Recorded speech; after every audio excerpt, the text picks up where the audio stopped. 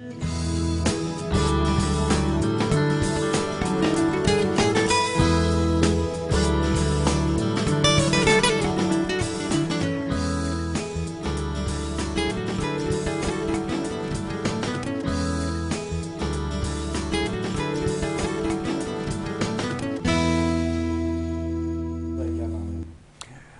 علیکم، خوش آمدید، صبح بخیر تمام دیکھنے والوں کو۔ پروگرام کا نام ہے گڈ مارننگ کراچی اور میرا نام ہے محمد یاسر۔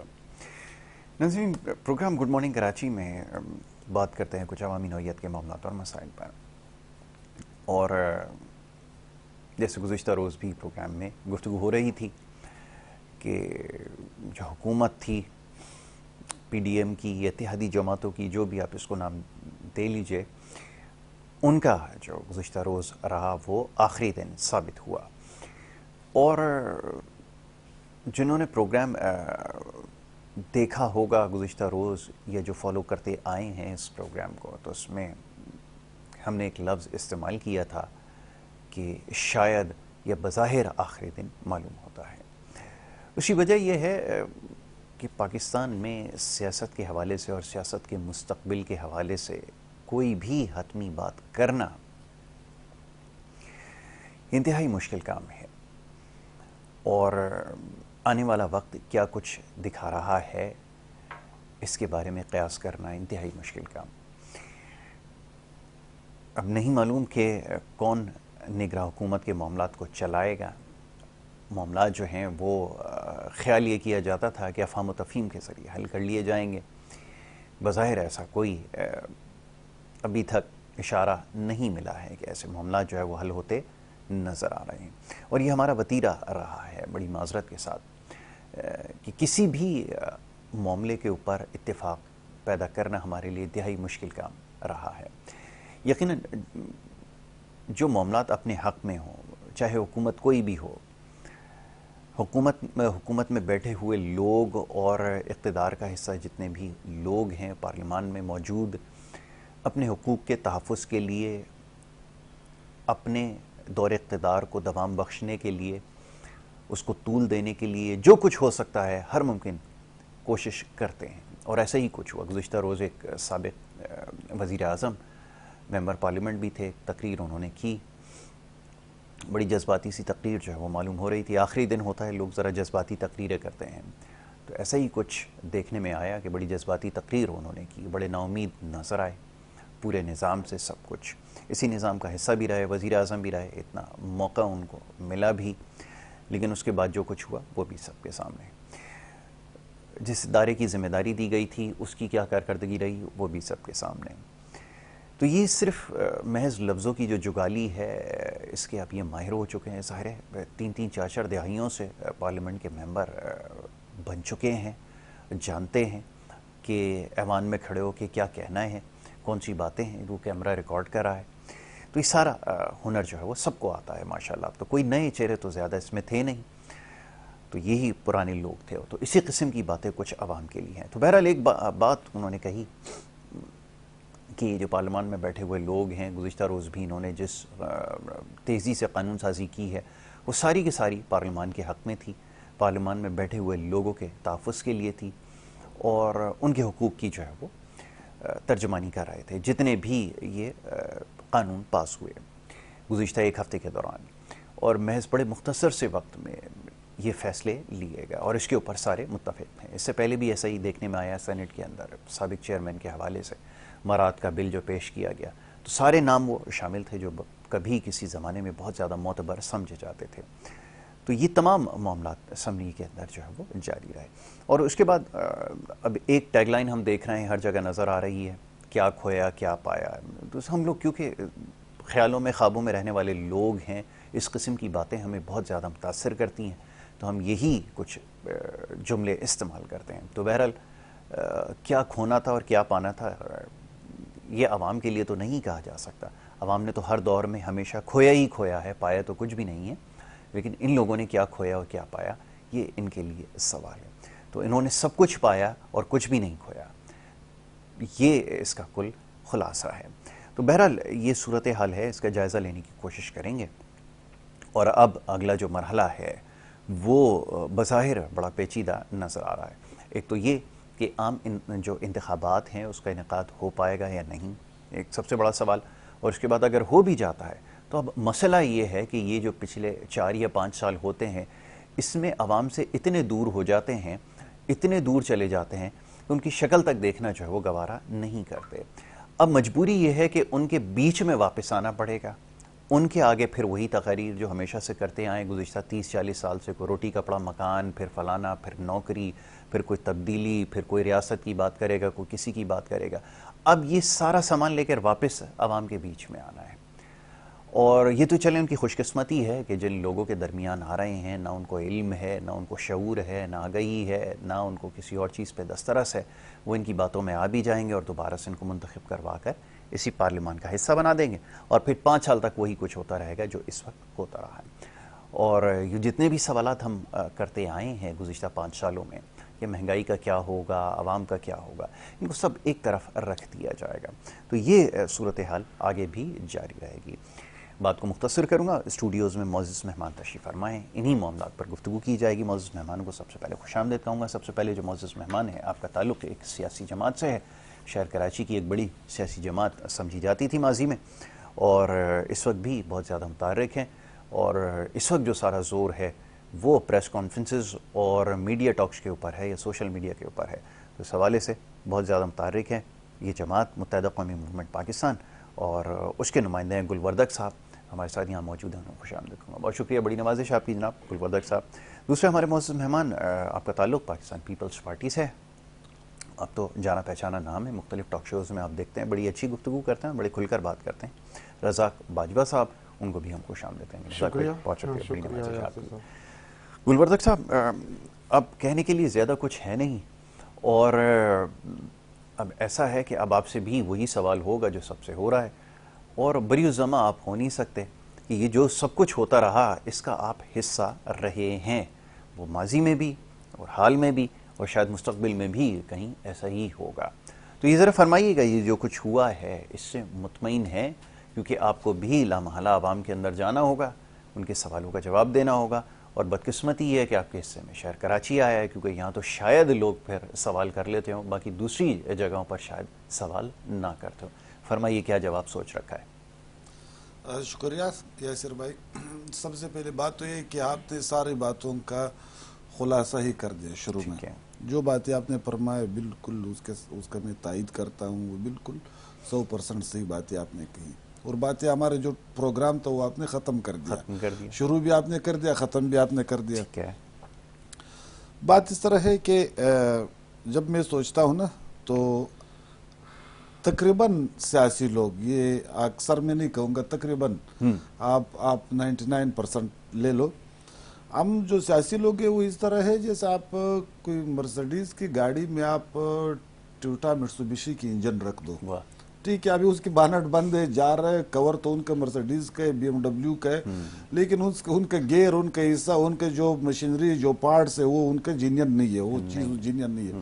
ہمارے اوپر جو ایک لیبل لگا ہوا ہے، چاہے وہ جس بھی پارٹی سے اس کا تعلق کیوں نہ ہو، جس سیاسی پارٹی سے اس کا تعلق نہ ہو، لیکن ان کے اندر کا جو غلاظت، جو ضمیر ہوتا ہے نا، وہی اس کی پہچان ہوتا ہے. کہ کس کا ضمیر ہوتا ہے؟ مطلب جو انسان کے اندر جو انسان کے اندر جو سیاستدان کا کہاں ضمیر ہوتا ہے؟ نہیں، تو کہنے کا مطلب یہ ہے کہ آپ ان سے اندازہ لگا سکتے ہیں کہ بھائی یہ جو ابھی ہم لوگ 75 سالوں سے سن رہے، یہی دیکھ رہے کہ بھائی ان سے توقعات ہوئیں گے، ان سے توقعات ہوئیں گے، ان سے توقعات ہوئیں گے. تو ابھی ان کا تو میں بھی حصہ ہوں، ہاں بھی حصہ ہوں اس معاشرے کا، ابھی ہم لوگ بھی اسی معاشرے میں جی رہے. لیکن یہ کہ ابھی تو جھوٹ بول بول کے ہم لوگوں کی زبانیں درد کر رہے، اللہ کی قسم، جھوٹ بول بول کے منہ سوکھ گیا. ٹی وی پر بیٹھ کر کے، محفلوں میں بیٹھ کر کے، مطلب میں ذاتی اپنا بات کر رہا ہوں کہ 25 سال سے میں سوشل ورک کر رہا ہوں، فٹ پاتھ کی ورک کر رہا ہوں، جھوٹ پہ جھوٹ، جھوٹ پہ جھوٹ، جھوٹ پہ جھوٹ. ابھی اللہ کو بہتر پتہ ہے کہ میرے اندر کیا پڑا ہوا ہے. لیکن یہ کہ عوام سے ہمارے پاس وہ چیز رہا نہیں جو ہم عوام کے سامنے رکھیں. لیکن یہ میں کہہ سکتا ہوں، MQM پاکستان کی پلیٹ فارم کی طرف سے میں کہہ سکتا ہوں کہ اب اس حکومت کا جو حصہ آپ نے بولا کہ بھائی آپ رہے، آپ نے کیا کیا یا کیا امیدیں وابستہ ہے، یا وزیر اعظم پر جو سابق پرائم منسٹر تھا وہ مایوس تھا. پرائم منسٹر کو چھوڑ دو بابا. 75 سالوں سے پرائم منسٹر کی دلدل میں ہم لوگ پھنسے ہوئے، کون آیا احمد آیا محمد گیا، کون آیا کون نہیں گیا. اس پرائم منسٹروں کی وجہ سے ہمارے ملک 2 ٹکڑے ہو گئے. اس پرائم منسٹروں کی وجہ سے ہم لوگ غربت کے. ابھی ان کو چھوڑ دو، جو بھی آتا ہے ان کو بٹانے دو. 15 دن 20 دن پہلے سے نام سلیکٹ ہوتا ہے. ایسے ہمارے انکوں میں، آپ کے انکوں میں دھول پھینک رہے کہ بھائی پرائم منسٹر پلانے کو لائیں گے، پارلیمان کے طریقے سے لائیں گے. پھر اس کے بعد اگر نہیں ہوا تو پھر الیکشن کمیشن کے پاس جائے گا. نہیں کچھ بھی نہیں ہے، یہ ایسی باتیں سب سے پہلے طے ہوا ہے، ساری باتیں طے ہوا ہے. کہنے کا مطلب یہ ہے کہ بھائی ہمارے جو معاملہ ہے، ہمارے جو زندگی کا معاملہ ہے، ہمارے جو خاص ٹاپک کی ایشو ہے، ہمارا ایشو تو یہ کہ ابھی جو یہ بیوروکریٹس بیٹھے ہوئے، یہ صوبائی قومی اسمبلی کے جو ممبران، جو ہمارے سیاستدان بیٹھے، یہ کوئی پرچون والے کا کیا کوئی دکاندار کا وہ مقروض ہی چنی والے کا کیا اس نے کبھی آٹا خریدا ہے کلو کے حساب سے؟ کیا ان کے گھر میں بل آیا ہے؟ کیا ان کا بیٹا یا بیٹی، ان کا کوئی گھر کا پیشنٹ کوئی انجیکشن میڈیسن کی وجہ سے ڈیمیج ہے، گرم پڑا ہوا ہے؟ ان کو کیا فکر ہے بھائی؟ ان کو کیا فکر ہے؟ ہمارے اوپر جو حالت گزر رہا ہے، ہمارا جو زندگی کا، جو عوام کا جو زندگی ہے جو گزر، اسی کے اوپر تو یہ لوگ بات ہی نہیں کرتے. صرف اپنے سیٹ کے لیے، اپنے سیاست کے لیے لوگ بات کرتے ہیں. بھائی ہم لوگ، ہمارے جو، میں نے شروع میں یہ کہا کہ جو انسان ہوتا ہے اس کے اندر جو ضمیر ہوتا ہے وہ خود بولتا ہے کہ بھائی آپ نے کیا کرنا ہے. یہ لوگ اٹھ کر کیا جائے. ابھی آپ ایم کے پاکستان کی میں بات کر رہا تھا، یہ کیا ہوا ہے کہ بھائی ہم لوگوں نے ایک زور لگائے، اسی 6 7 8 10 ملاقاتیں کیا پرائم منسٹر صاحب سے، جو سابقہ پرائم منسٹر تھے شہباز شریف صاحب کے. بھائی ہم کو صحیح گن لو، ہم کو صحیح حقوق دو. بس یہ ہمارے بس میں تھا. ابھی میں نے اللہ کی رضا کے لیے کیا، ووٹ کے لیے کیا، جس چیز کے لیے کیا میں نے کام کر دیا. میں نے یہ چیز جو تھا تقریباً 70 75 چیز جو چوری ہوا تھا اس میں سے 52 ہم نے برآمد کر لیا صوبائی حکومت سے، انہوں نے خود مان لیا. بس یہ کام ہمارے ذمہ تھا، یہ ہم نے کر دیا. انشاءاللہ تعالیٰ جو حق اور سچ کی بات ہوگا وہ کریں گے، ابھی آگے بھی کریں گے. بقایا جھوٹ، میں نے بولا جھوٹ بول بول کے ابھی ہم لوگ کے منہ تک گئے. جھوٹ بولا ہے؟ کیوں نہیں بولا ہے؟ کیوں نہیں بولا ہے؟ عوام کو 75 سالوں میں جھوٹ کے علاوہ اور کیا بولا ہے؟ ہم لوگوں نے کدھر سچ بولا ہے؟ میں نے کہا 99% لوگوں نے جھوٹ بولا ہے، 1% لوگوں نے سچ بولا ہے سیاستدانوں میں. تجزیہ نگار نے، آپ کے جو پیمرا والے، جو کیا کہتے ہیں اس کو، جو بیٹھے رہتے پروڈیوسر وغیرہ، یہ کوئی بھی حقیقت نہیں بولتا ہے. 1% لوگ حقیقت بولتا ہے. 99% چاہے بیوروکریٹس ہوئے، چاہے سیاستدان ہوئے، چاہے جو بھی بندے ہوئے، وہ جھوٹ بولتا ہے، عوام سے سچ بولتا ہے. چلے ٹھیک ہے، خوش قسمتی ہے کہ اب لوگ شاید ایسے ہیں کہ ان تمام چیزوں کو زیادہ خاطر میں نہیں لاتے. جھوٹ تو سبھی بول رہے ہیں لیکن اس کے بعد بھی کام چل ہی جاتا ہے. رزاق بھائی، بحیثیت سیاسی کارکن آپ تو کیونکہ عوام میں سے ہی ہیں اور ان لوگوں میں شمار ہوتا ہے جو مصائب کا شکار رہے ہیں. ظاہر ہے میں اور آپ اس معاشرے کے رہنے والے ہیں. ابھی جو مشکلات کا ہم تذکرہ کر رہے تھے ان سب کو درپیش ہے. مطمئن نظر آتے ہیں، سوچتے ہیں کہ اب اس سلسلے کو ختم ہونا چاہیے، اور یہ جو کچھ ہوتا رہا ہے، جیسے ابھی بھی بات ہو رہی تھی کہ ہم نے کیا ماضی سے سبق سیکھا ہے، وہی قانون سازی بھی کر رہے ہیں. ساتھ تمام تر کوششیں ہو رہی ہیں صرف اپنے آپ کو مضبوط، اپنے ہاتھ مضبوط کرنے کے لیے، اپنے آپ کو بچانے کے لیے. ایسی قانون سازی بنائی جائے کہ خود زیادہ سے زیادہ محفوظ رہیں، 5 سال اپنے مکمل کر سکیں اور پھر آنے والے مزید 5 سال کے لیے جو ہے وہ راستہ ہموار ہو سکے. اس کے علاوہ کیا کچھ مل سکا ہے ہمیں، یہ تو ذرا بتائیے. بہت شکریہ یاسر صاحب. آپ نے ملک کی صورتحال جو ایک انتہائی، میں سمجھتا ہوں پیچیدہ ہے، بہت زیادہ مایوسیاں ہیں، غربت ہے، افلاس ہے، مہنگائی ہے، اور میں سمجھتا ہوں کسی حد تک بدامنی بھی موجود ہے مختلف صوبوں میں. KPK اور ہمارا بلوچستان غیر محفوظ ہے بالکل. وہاں پر جو چاہتے ہیں وہ باہر کی جو دہشت گرد ہیں وہ کر جاتے ہیں ہمارے. تو میں سمجھتا ہوں کہ یہ جو اگست کا مہینہ ہے، اسی اگست کے مہینے میں ہمارے آباء و اجداد نے، ہمارے بڑوں نے مل کر کے جدوجہد کی تھی، اور اس وطن کو وہ یہ سوچتے تھے، ہمارے بڑے جو آج اس دنیا میں نہیں، اللہ پاک ان کی مغفرت فرمائے، وہ یہ سمجھتے تھے کہ ایک ہمارا اپنا خطہ ہوگا، ہم آزادی کے ساتھ وہاں اپنی زندگی گزاریں گے، اپنی مذہبی رسمات ادا کریں گے، ہم قربانی دیں گے تو ہمیں کوئی آ کر کہ تشدد نہیں کرے گا. وہاں پر ہم اپنی مساجد میں بے فکر ہو کر عبادات کریں گے، اور ہم خوشحال ہوں گے، ہم انگریزوں کی اور ہندوؤں کی غلامی سے آزاد ہوں گے. اور اپنے وطن میں ہماری وہ انہوں نے اپنے لیے قربانی نہیں دی تھی. جی جی میں سمجھتا ہوں کہ جن بزرگوں نے، جن ہمارے آباء و اجداد نے اس پاکستان کو بنانے کے لیے جدوجہد کی، اپنی جوانیاں انہوں نے، جی یہ پاکستان کو ایک رات میں حاصل نہیں کیا گیا کہ جناب 13 اگست کو جدوجہد کی اور صبح 14 اگست میں ہم نازم آباد پہنچ گئے. ایسا کچھ نہیں تھا. بالکل ایسا. یہ 30-40 سالہ جدوجہد تھی. اس میں بہت جدوجہد کی صرف ایک خواب کے پیچھے کہ ہماری آنے والی نسلیں بھیکاری نہ ہو، بالکل صحیح. انہیں تعلیم ملے گی، انہیں ساری ہم سہولتیں دے دیں گے. یار ہماری تو جیسے کیسے کٹ گئی. وہ کہتے تھے، جی وہ کہتے تھے جو آج اس دنیا میں نہیں ہے. اللہ پاک ان کے درجات بلند. آمین. انہوں نے ایک مل کر کے ہمارے بڑوں نے، جس میں علامہ اقبال صاحب کا بڑا اس وقت مولانا جوہر صاحب تھے، یہ جو بھی ہمارے اس وقت کی سیاسی لیڈر تھے، پھر وہ انہوں نے سب نے مل کر کے جدوجہد کی. آخر میں قائد اعظم محمد علی جناح صاحب بھی اس میں شامل ہو گئے اور اللہ پاک نے ان کے ہاتھوں یہ وطن حاصل ہوا. اور اسی اگست میں جی ہم سمجھتے ہیں کہ ہمیں ایک خطہ ملا، بالکل. چاہے اس میں 50 میں سمجھتا ہوں کہ 40 لاکھ لوگوں نے اپنی جانوں کا نذرانہ دیا، اور دنیا کی سب سے بڑی ہجرت یہ ہوئی جس سے یہ ایک ہمیں ٹکڑا ملا، وطن ملا، پاکستان ملا. اور اس کے بعد وہ سارے خواب چکنا چور ہو گئے. اچھا پھر جو ہمارے کچھ بزرگان بچ گئے تھے، یعنی ہمارے والدین کے والدین تو وہ مارے گئے تھے، پھر ہمارے والدین میں سے کوئی بچ گیا، کوئی مر گیا، کوئی چاچا مرا، کسی کا ماموں مارا، کسی کا. اب انہوں نے آ کے یہاں سے نئے سرے سے ایک گھر کی تعمیر شروع کی جس کو کہتے ہیں پاکستان. بالکل. جو جس کو آتا تھا وہ لگ گیا. دیکھیے بدقسمتی سے میں سمجھتا ہوں، آج میں کھل کر کے کہہ رہا ہوں یاسر صاحب، میں سمجھتا ہوں کہ ان کی بھی محنت ضائع گئی، ہمارے والدین اور ہمارے بڑوں کی بھی محنت ضائع گئی، اور ہماری بھی ضائع گئی. میں ذاتی طور پہ میں کسی کو تنقید نہیں کر رہا، نہ میں کسی کو برا کہہ رہا ہوں.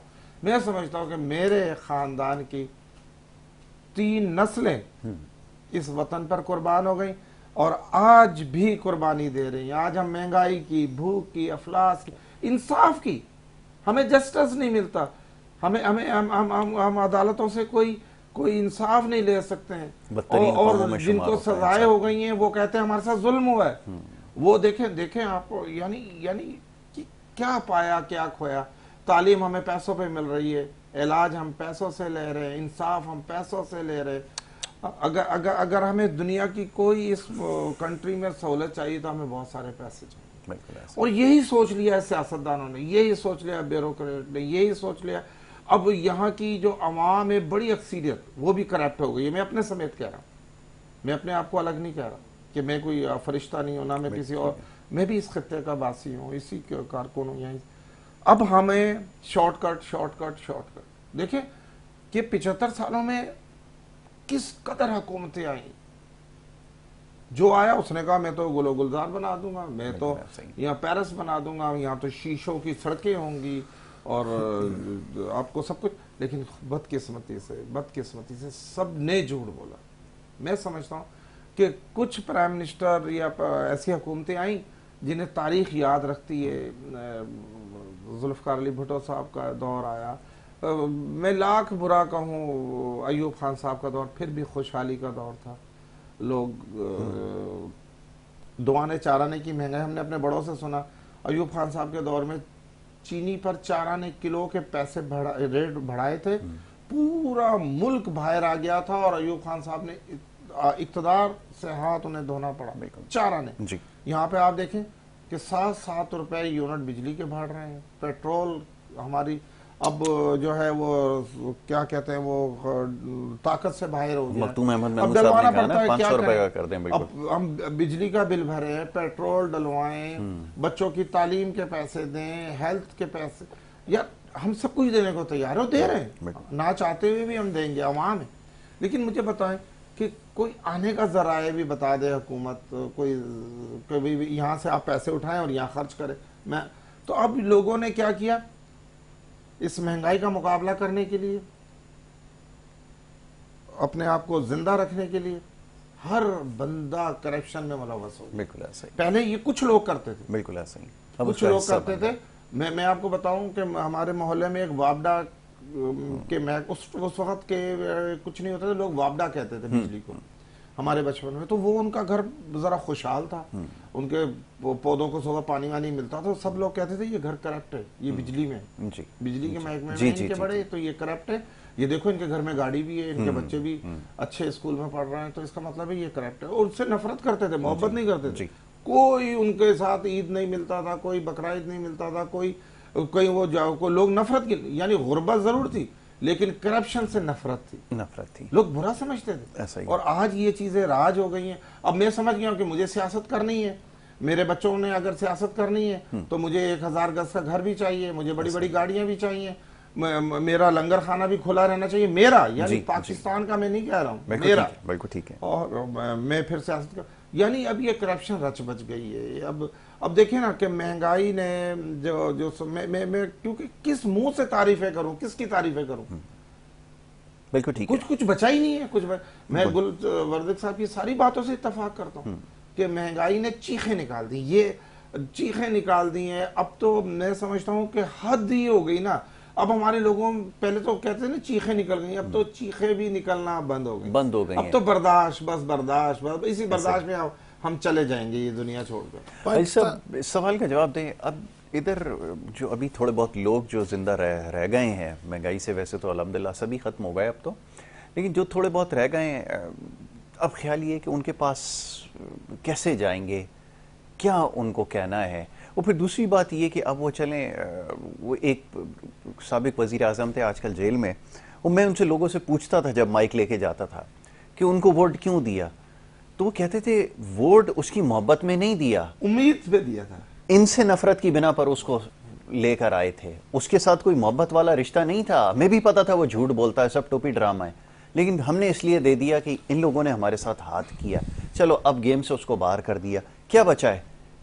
ووٹ دیں گے یہ آپ کو؟ اچھا، بات اس طرح کہ آج مجھے بڑا خوشی ہوا ہے، جو تقریباً بہت سے سینکڑوں پروگرام میں نے کیا، لیکن آج مجھے یہ محسوس ہوا کہ یہ ایک پاکستانی کی آواز ہے، اس سے پہلے نہیں ہوا، انسان کی آواز ہے۔ ان سے پہلے جو پروگرام ہوا وہ ہم اپنا پارٹی کے لیے، اپنا لیڈرشپ کے لیے سب کچھ کر رہا تھا، چاہے سچ بولے جھوٹ بولے، اب آج ایک پاکستان کے لیے بات ہوا، آج ایک مڈل کلاس آدمی کے لیے بات ہوا اس پروگرام میں، مجھے بڑا خوشی ہوا۔ اور یہ بھائی رزاق باجوہ صاحب جو ابھی بات کر رہا تھا، یہ سارے ملک کی 23-24 کروڑ عوام کی بات کر رہا تھا، یہ اپنا بات نہیں کر رہا تھا، اور مجھے بڑا خوشی ہوا کہ پیپلز پارٹی میں بھی اس طرح کے لوگ ہیں، مجھے آج بڑا خوشی ہوا اس پروگرام میں آنے کا، بہت خوشی ہوا۔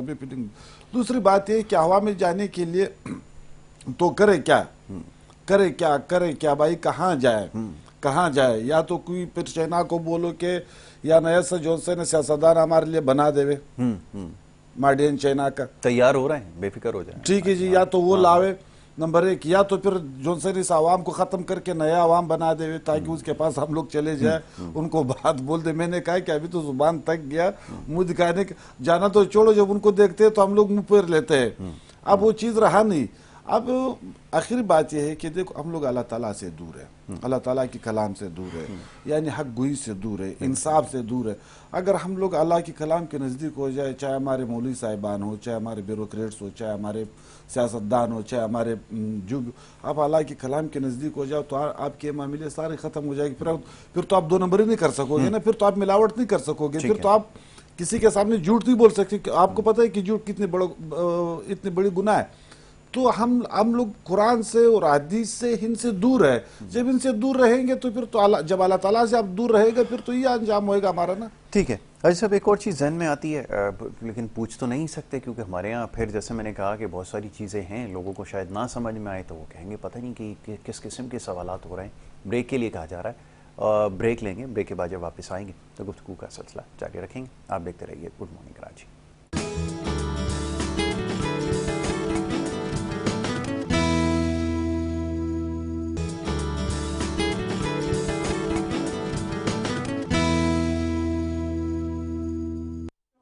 پروگرام میں آپ کو ایک دفعہ پھر خوش آمدید کہیں گے۔ بریک پہ جانے سے پہلے گفتگو ہو رہی تھی ملکی سیاسی معاملات کے حوالے سے، سیاسی جماعت کے نمائندے یہاں موجود ہیں، سوچ ان کی یقیناً کوشش کر رہے ہیں کہ اس بارے میں بات کریں کہ وہ کیا خیال کر رہے ہیں عام انتخابات کے حوالے سے. اور جو سب سے بڑا اور اہم سوال ہے وہ یہ کہ بحیثیت خود ایک سیاسی کارکن کیونکہ سسٹم کا حصہ ہے، مطمئن ہے جو کچھ ہو رہا ہے. عوام کو تو چھوڑ دیجئے ان کی کیا حالت ہوئی ہے اور کیا ہونے جا رہی ہے، لیکن خود وہ اس سے مطمئن ہیں یا نہیں ہیں، اس حوالے سے ہم گفتگو کر رہے تھے. نا حاجی گلبردک صاحب، صورتحال کا بھی جیسے ہم جائزہ لے رہے تھے، آپ نے نشاندہی کی کہ یہ سوچ ایسی ہی ہونی چاہیے، سب کچھ اپنی جگہ، لیکن سارے حربے آزما لیے، سارے ٹوٹکے کر کے دیکھ لیے، نتیجہ آپ کے سامنے ہے. جب بھی عوام کی خدمت کی بات آتی ہے، اب اس کو کیا کہا جائے، تو سارے قانونی پیچیدگیاں سامنے آنا شروع ہو جاتی ہیں، اختیارات کے معاملات آنا شروع ہو جاتے ہیں. اب تو تمام چیزیں جھیلتے آئے ہیں. کوئی بھی ایسا فیصلہ جس میں براہ راست عوام کا فائدہ ہو، پھر کوئی ترمیم کا حوالہ دے دیا جاتا ہے، پھر کوئی اس قسم کی بات کر دی جاتی ہے. اس سسٹم سے کیسے باہر آئیں گے؟ کیا اس کے بارے میں سوچ رکھا ہے کہ آپ اکتا نہیں جاتے کہ ہمیشہ وہی باتیں کرنی پڑتی ہیں، وہی دفتر، بجلی کے دفتر کے باہر جا کر پریس کانفرنس، وہی ساری باتیں، نتیجہ یہ نکلتا ہے ادھر میٹنگ کر کر آتے ہیں، اگلے دن 5 روپے بڑھا دیتے ہیں، ادھر وہاں پہ میڈیا کو بلاتے ہیں، 2 گھنٹے کی میٹنگ ہوتی ہے، تقاریر ہوتی ہیں، اس کے بعد دوبارہ سے پیسے بڑھا دیتے ہیں. یہ ہے کیا سلسلہ اور کب تک چلیں گے؟ اس سے اکتا نہیں گئے اب تک؟ جی دیکھیے ایسر بھائی، اس سے تھوڑا سا پیچھے جائیں گے، اس بات سے میں تھوڑا سا پیچھے جاؤں گا. میں نے آپ کے پروگرام میں اور خیمے پلوں میں ایک بات بولا ہوا ہے اکثر کہ ہر قوم کو جتنے نقصان ان کی لیڈرشپ نے پہنچایا کسی غیر نے نہیں پہنچایا. قوموں کو ان کی لیڈرشپ نے ہی نقصان پہنچایا. ٹھیک. اور اسی طرح ہمارے کچھ مذہبی رہنماؤں نے اسلام کو بھی نقصان پہنچایا. نہیں، اور اس میں بچا کون ہے؟ دیکھیں میں آپ کو بتاتا ہوں، اس میں کوئی بھی محفوظ نہیں ہے. کھلاڑیوں نے کھیل کو نقصان پہنچایا، یہی میں بات کر رہا ہوں. کسی کے بھی شو، ہم جیسے ناسمجھ لوگوں نے میڈیا پہ بیٹھ کے لوگوں کو، پوری قوم کا نقصان پہنچایا. سیاستدانوں نے اس کو نقصان پہنچایا، جج معذرت کے ساتھ بیٹھے ہوئے وہی بات ہے، انصاف کو نقصان پہنچا رہے ہیں. یہ ساری چیزیں ہو رہی ہیں آپ کے معاشرے میں. کون ذمہ دار کون ہے؟ اصل میں سب کا ذمہ دار، اگر حق کی بات میں بول دوں نا، سب کے ذمہ دار عوام خود ہے. عوام خود ہیں. عوام خود ہے. وہ اس وجہ سے نا کہ دیکھو میں نے کئی بار یہ بات بولا ہوا ہے، اگر کسی کی کپڑے بارش کی پانی سے، اگر کوئی گاڑی یا بائک گزر جائے، کسی کے کپڑے پلیت ہو جائے مردار پانی سے، پلیت پانی سے، تو قسم کھا کر کے کہتا ہوں، باوضو بیٹھا ہوں کہ اس میں ہمارے اور آپ کا قصور ہے.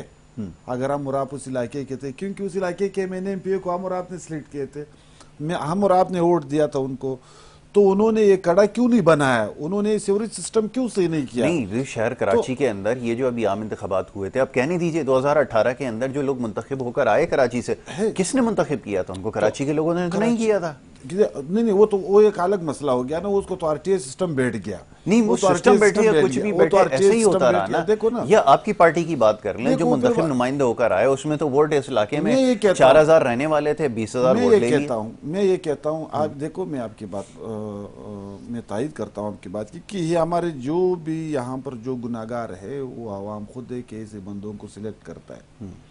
آپ صحیح آدمی کو چن لو، آپ صحیح آدمی کو منتخب کر لو، آپ اس آدمی کو منتخب کر لو. وہ یہ مت دیکھو کہ کس پارٹی سے تعلق ہے، آپ اس آدمی کو دیکھو، اس انسان کو دیکھو کہ وہ پاکستانی ہے یا نہیں ہے، وہ مسلمان ہے یا نہیں ہے، وہ ایماندار ہے یا نہیں ہے. اگر اتنی چیزیں اس کے اندر تو اس کو سلیکٹ کر دو، اس کو بٹا دو، ان کو ووٹ دے دو، چاہے وہ جس بھی پارٹی سے ہو. میں یہ نہیں کہتا ہوں کہ ہمارے ان کے پاکستان کو آپ ووٹ دے دو. آپ کے لیے جو کام کرنے والا شخص ہو، چاہے وہ جو، لیکن 3 چیزیں اس کے اندر ہونا چاہیے: مسلمان، پاکستانی اور دیانتدار، ایماندار.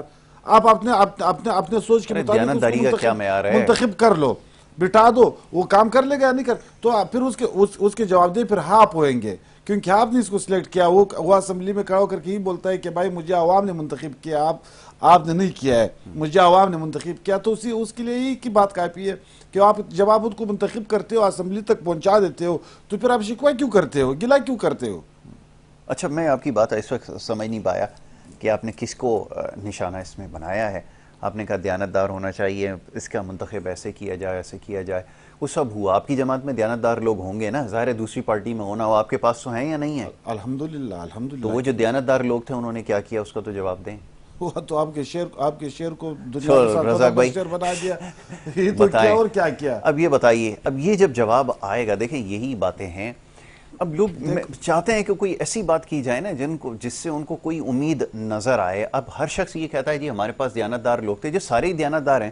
اب میں یہاں کسی کو بلا لوں گا عدلیہ سے، اس کو پوچھوں گا بھائی کہ یہ عدالت انصاف کا معیار روکا ہے کہ دنیا کے بہترین سسٹم رائج ہے، پھر بھی بدترین انصاف جہاں پر دنیا میں ہو رہا ہے ممالک میں، ہمارا آخری نمبر تک ہم پہنچ چکے ہیں. یاسر صاحب، میں اپنی سابقہ پارٹی میں تحریک انصاف کا حصہ تھا، اور ان کی بہکاؤ میں جب ہم آئے، وہ کیونکہ اس وقت منشور تھا کہ ریاست مدینہ بنانا ہے، کرپشن کو جڑ سے اکھاڑ دینا ہے، کرپشن میں ملوث جو ہیں وہ کبھی الیکشن نہیں جیت پائیں گے. اور ہم نے جو ہے اچھا ہم اتنے متاثر ہوئے، ہم نے کہا ہم بھی حضرت قائد اعظم محمد علی جناح کے ساتھ جن لوگوں نے جدوجہد کی تھی پاکستان بنانے کے لیے، آج تک تاریخ انہیں یاد رکھتی ہے، ہم ان کا بڑا احترام سے نام لیتے ہیں. اچھا ہم نے بھی یہ خواب دیکھ لیا، ہم نے بھی یہ ذہن میں خواب دیکھ لیا کہ یار تاریخ میں شاید ہم نے بھی کچھ لوگ یاد رکھیں کہ اگر آپ کرپشن کو ختم کرنے کے لیے عثمان بزدار کو لے کر آ رہے تھے. ایک شخص پاکستان میں آیا تھا جو اس کا سارا نظام زندگی بالکل مفلوج تھا، اور اس نے آ کے سنبھالا دیا تھا، اور اس کو سنبھالنے میں ان سیاسی کارکنان نے حصہ ڈالا تھا. آپ اللہ پہ یقین کریں، صبح کا وقت ہے، میں کلمہ پڑھنے کو تیار ہوں کہ میں نے یہ سمجھ کر تحریک انصاف میں شمولیت کی اور جدوجہد کی اور ایماندارانہ کی، اور رات دن میں نے کام کیا. اچھا جب وہ منتخب ہو گئے اور کامیاب بھی ہو گئے وہ، اور کیونکہ ہماری تو ڈائریکٹلی اپروچ نہیں تھی ان تک، وہ جو خان صاحب تک، تو جب ہو گئے جو ان کے نیچے ٹیم تھی، ان کے ساتھ 24 گھنٹے میرا بیٹھنا اٹھنا تھا، چاہے ارکان قومی اسمبلی تھے یا اس وقت کا گورنر تھا یا جو بھی تھا، آئے دن کہیں نہ کہیں ملاقاتیں ہماری ہوتی تھی، اور بہت سارا وقت ان کے ساتھ گزرتا تھا. اس وقت کی ان کی قیادت، دور دور تک انہیں نہیں پتا کہ ایمانداری کیا چیز ہوتی ہے. ان کے ارکان اسمبلی لوگوں کے بنے ہوئے گھر کیڈیوں کو کہتے تھے کہ اس کی چھت گراؤ، یہ میرے پاس آئے گا، مجھے پیسے دے گا، کچھ آپ کو بھی میں دے دوں گا. یہ ان کے ارکان اسمبلی کہتے تھے تحریک انصاف کے، جن لوگوں پر ہم نے تکیہ کیا کہ وہ ہمیں اس ملک کرپشن کے چنگل سے آزاد کرائیں گے، ہمارے ملک کو، ہمارے شہر کو ہم اسے خوبصورت بنائیں گے. اور جو ان کی میں باتیں سنتا تھا، ان کے ارکان اسمبلی چھوٹے چھوٹے 5-5, 10-10, 20-20 ہزار روپے کی کرپشن میں ملوث تھے. میں ارکان اسمبلی کی کہہ رہا ہوں، میں ان کے عام ورکر کو تو موقع ہی نہیں ملا نا، وہ تو مظلوم ہے، پی ٹی آئی کا عام ورکر تو مظلوم. یعنی میں ان کی اس وقت جو عمران خان نے اپنی ٹیم سلیکٹ کی تھی، کیونکہ وہ کپتان تھا، وہ کہتا تھا جو میں ٹیم بنا سکتا ہوں، وہ سمجھ رہا تھا کہ 14 رکنی ایک ٹیم بنانی ہے، یہاں تو 14 کروڑ رکنی ایک کمیٹی بنانی. نہیں، وہ ٹیم ہم نے دیکھ لی، وہ کون سی تو مایوسی ہوئی جب ہم نے ایماندار لوگوں کو چوری کرتے ہوئے دیکھا. ہم نے ریاست مدینہ بنانے کا خواب دکھا کر چوری کرنے والوں کو جب میں نے بہت قریب سے دیکھا، تو اللہ کو میں حاضر ناظر کر کے کہتا ہوں، اللہ سبحان اللہ، مجھے پی ٹی آئی میں کوئی تکلیف نہیں تھی، میری بہت رسپیکٹ تھی، بڑی عزت کرتے تھے. اور پاکستان میں آپ کے چینل پر کہہ رہا ہوں، لائیو کہہ رہا ہوں، پاکستان میں پہلا بندہ وہ ہے جس نے 1.5 سال پہلے پی ٹی آئی کو خدا حافظ کا 6 مہینے میں نے اختلاف کیا، اور 1.5 سال قبل میں نے چھوڑ دی اقتدار میں آنے کے بعد. کہتے تھے کہ آپ کا دماغ خراب ہے، آپ کو تو ہم نے آگے ایم پی اے بنانا ہے، میں نے آپ بنو گے، آپ جیسے آپ پر بہت محنت ہے ہماری، آپ نہ کریں ایسا. تو میں سمجھتا تھا کہ دیکھیں جب آپ جو یار یہ لوٹا ماری تو 70 سالوں سے 75 سالوں سے ہو رہی ہے نا. ہم ساری جماعتوں پر کرپشن کے الزامات لگاتے تھے، بھئی آپ تو دودھ کے دھلے ہوئے ہو. اچھا اگر ایسا ہو کہ اگر جس جماعت سے بھی آپ کا تعلق ہے اور اس میں بھی اگر یہی ساری چیزیں اگر دیکھنے کو ملتی ہیں تو پھر کیا اگلا قدم ہوگا؟ میں یہ سمجھتا ہوں کہ چلیں کرپشن تو اپنی جگہ پر موجود رہے گی. میرا خیال ہے کہ وہ یہاں یہ تو ہمارے ملک کا ایک کلچر کا ایک حصہ بن گیا ہے کہ ایک عام ٹھیلے والے سے لے کر کے جب پرائم منسٹر صاحب سب اپنی ذمہ داری ہوگی کہ مجھے کچھ پیسے ملے، تو یہ تو شاید میری زندگی میں کوئی ایسا میں نہ کر سکوں کہ میں کسی بھی جماعت سے کرپشن کا خواب، لیکن میں کم سے کم بہتری کے لیے، پاکستان کی روزگار کے لیے، لوگوں کے، میں کہتا ہوں یار کرپشن کر لو، کرپشن ہر جماعت ساری کر رہی ہے، کر لیں، سب کر لیں، لیکن کم سے کم جو جس طرح بھی وہ 50 لاکھ گھر بنانے کی باتیں کرتا تھا، ایک گھر نہیں بنایا. میں سمجھتا ہوں بلاول بھٹو صاحب نے 21 لاکھ گھر بنانے کی ابھی اعلان کیا، جس میں سے تقریباً 1 لاکھ کے قریب ہم گھر بانٹ چکے ہیں، چابیاں دے چکے ہیں لوگوں کو. تو ٹھیک ہے، جہاں اس معاملات یہ اتنی درستگی کی طرف تو نہیں جائیں گے، لیکن یار کوئی جذبہ تو ہونا پاکستان کو بہتری کے لیے، کوئی نہ کوئی تو ایسا وہ ہونا چاہیے. بالکل چلے، جذبہ تو ہونا چاہیے. انگریزی میں کہتے ہیں something is better than nothing، کچھ نہ ہونے سے تو ہونا ہی بہتر ہے. چلیں یہ بھی بہت ہے، لیکن میں تو تھوڑا سا اختلاف رکھتا ہوں کہ اس ملک کا ایک ہی حل ہے کہ سارے سیاستدانوں پورے آزاد کشمیر سے لے کر کے چاروں صوبے جتنے بھی ہیں، گلگت بلجستان بھی آج کل خود کو صوبہ ہی کہتا ہے شاید، وہ بھی کچے کے علاقے میں بھیج دیں. سارے ملا ملو کے جو ہے نا انہیں مسجد نبوی میں لے جائیں واہ واہ واہ، اور ان سے عہد لیں کہ جناب جس نے الیکشن لڑنا ہے پہلے جا کے وہ بھی رزاق بھائی عوام کے پیسوں سے ہی جائیں گے، کرپشن کے خاتمے کی جدوجہد میں شامل ہو جائیں. وہ ایک جاتا ہے، وہ جا کر جس کا کام کوئی نہیں ہے، وہ پورے خاندان کو حج پڑھنے کے لیے لے جا رہا ہے. میں تو کہہ رہا ہوں کچے کے علاقے میں بھیج دو. ایک دوست ہے بیچارہ میرا ایس پی لگا ہوا ہے، میں نے اس کو بولا یار تمہیں کچے کے علاقے میں بھیج یار واقعی بولا مجھے کوئی اور کام کروا دے یار تو. جی آخری جملہ، جی حاجی صاحب فرمائیے. یہ قوم کا پیسہ خرچ نہ کر لے، یہ اپنے ضمیر پر، اپنے سوچ پر وہ انحصار کرے، وہ دیکھے انشاءاللہ تعالی مسجد نبی اس کے دل میں ہوئے گا، اس کی روح میں ہوئے گا. اگر یہ چاہے، اگر یہ واقعی مسلمان ہے، لا الہ الا اللہ محمد رسول اللہ کا کلمہ پڑھتے ہیں اور پاکستانی یہ سیاستدان، تو مسجد نبی اور خانہ کعبہ ان کے دل میں ہے، وہ ادھر سب کچھ کر سکتا ہے باجوہ صاحب. لیکن اللہ تعالیٰ جو کسی کو نہیں کرنے دیتا ہے، وہ قرآن کی ایک آیت بار بار میں پڑھتا ہوں کہ بسم اللہ الرحمن الرحیم، ختم اللہ علی قلوبہم وعلی سمعہم وعلی ابصارہم غشاوۃ ولہم عذاب عظیم. جب اللہ نے ان کو گورا بنا دیا، گنگا بنا دیا، ہندہ بنا دیا، ڈورا بنا دیا، تو میں تو اس کے لیے پھر کچھ نہیں کہہ سکتا ہوں اور کیا کہہ لوں. چلیے حاجی صاحب میں آپ کا بڑا شکر گزار ہوں، آپ نے پروگرام میں وقت دیا. رزاق بھائی آپ کا بھی بہت شکر گزار ہوں، بڑی اچھی گفتگو آپ کا پروگرام میں وقت کم تھا، ورنہ کہنے کے لیے تو یقیناً بہت کچھ اتنی ہے کہ میں سمجھتا ہوں کہ ختم نہ ہوگا. بالکل کیونکہ رہی باتیں گئی ہیں اور کرنے کے لیے ہے تو کوئی چیز ہے. بہت خوب جی، بڑی نوازش آپ کی. جناب یہ ہمارا سیگمنٹ تھا اور بریک کی طرف ہمیں جانا ہوگا، اور جیسا بھی رزاق بھائی نے کہا کہنے کے لیے تو بہت کچھ ہے یقیناً، اور سوائے باتوں کے اب کچھ رہا ہے نہیں. تو انشاءاللہ آگے موقع ملے گا تو یہ باتیں کرتے رہیں گے. بریک کی طرف جا رہے ہیں، بریک سے واپس آئیں گے، دوسرا سیگمنٹ جاری رہے گا. دیکھتے رہیں گڈ مارننگ کراچی.